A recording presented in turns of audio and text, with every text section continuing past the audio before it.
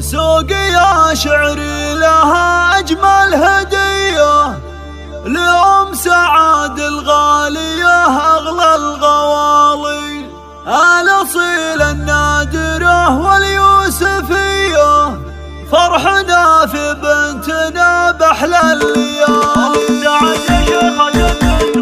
أم سعد يا شيخة النسوان، أهديك شيلة حماسية.